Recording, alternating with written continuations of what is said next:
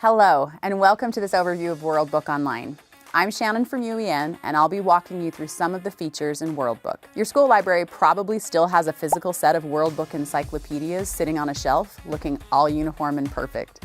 Although at one time those books were a very useful tool, now with Worldbook Online, you don't even need to check out a book from the library.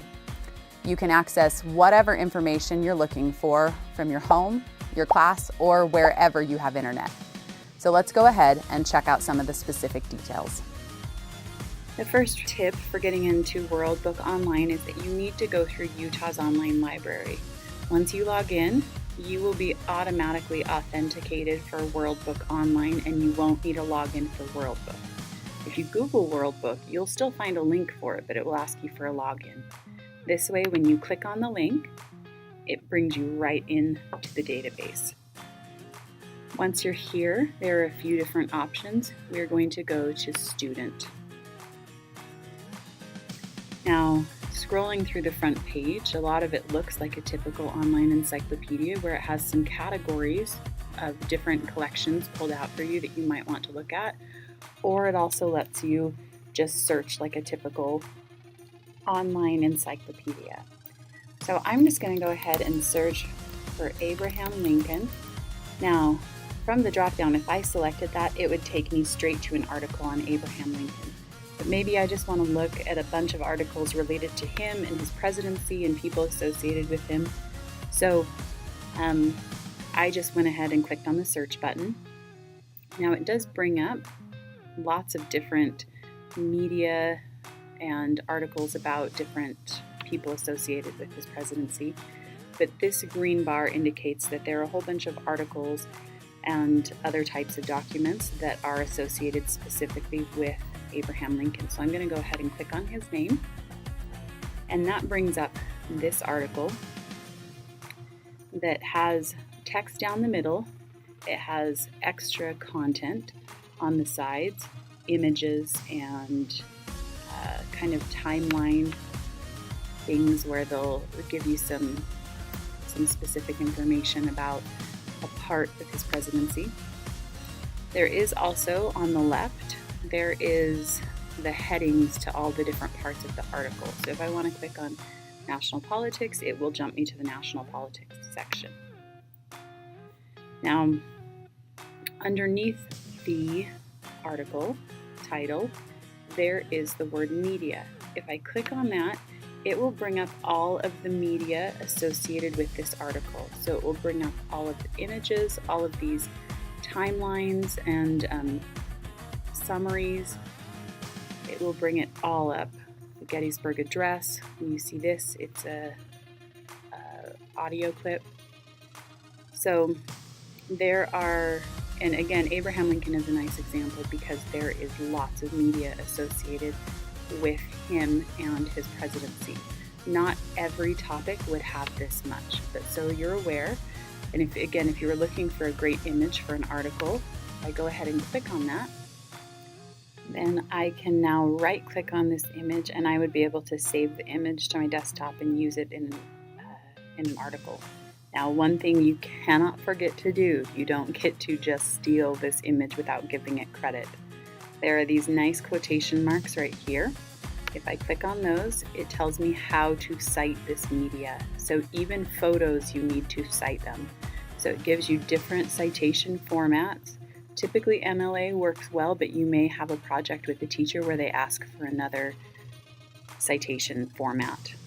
So remember, those quotation marks are incredibly important, especially when you're trying to find images to support your research. I'm going to get out of this media section by clicking there. Now, another really useful link is Related. When I click on Related, it brings me to all of these different articles,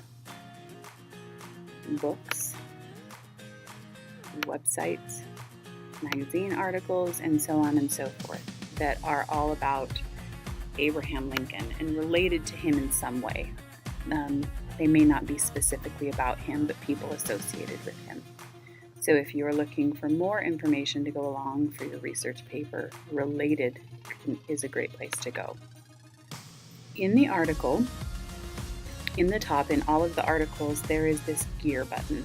When I click on that, it gives me a few different options under for tools and settings. One I want to show you is the save button.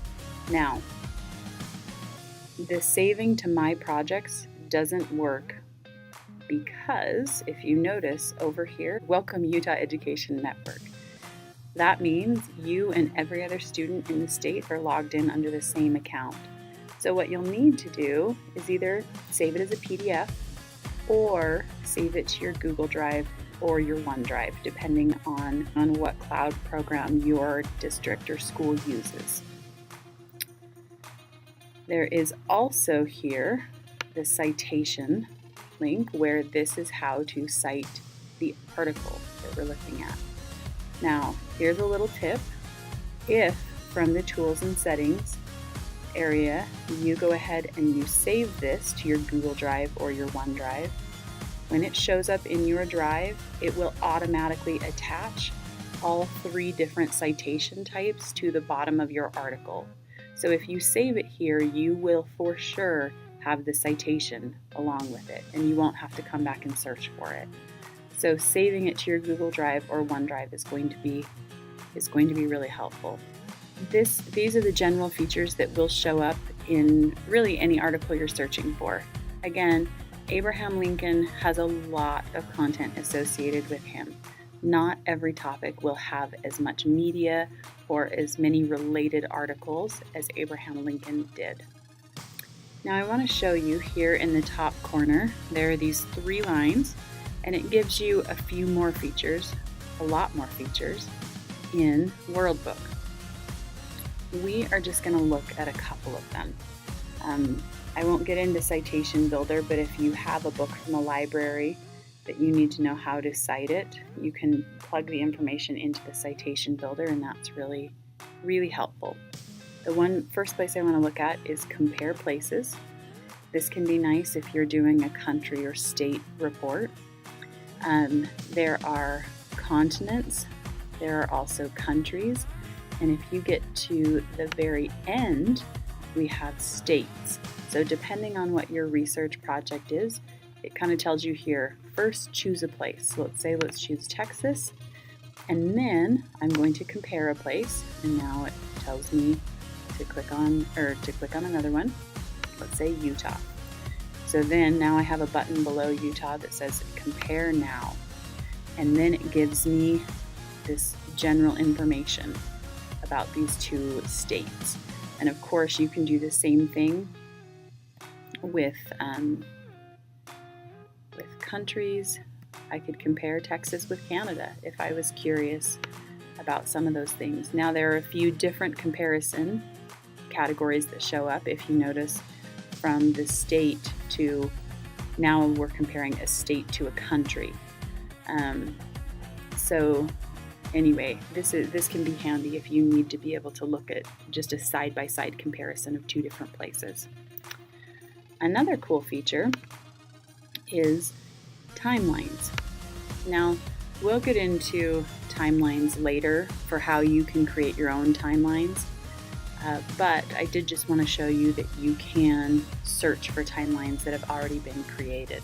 So for instance, if you are in a literature class and maybe you want to find out more about an American author, I could, for instance, Emily Dickinson. I click on this timeline, and as it comes up, I have all of these different events. I can click and drag as far as the timeline will allow. If a lot of events are placed close together, there won't be as much scrolling that happens.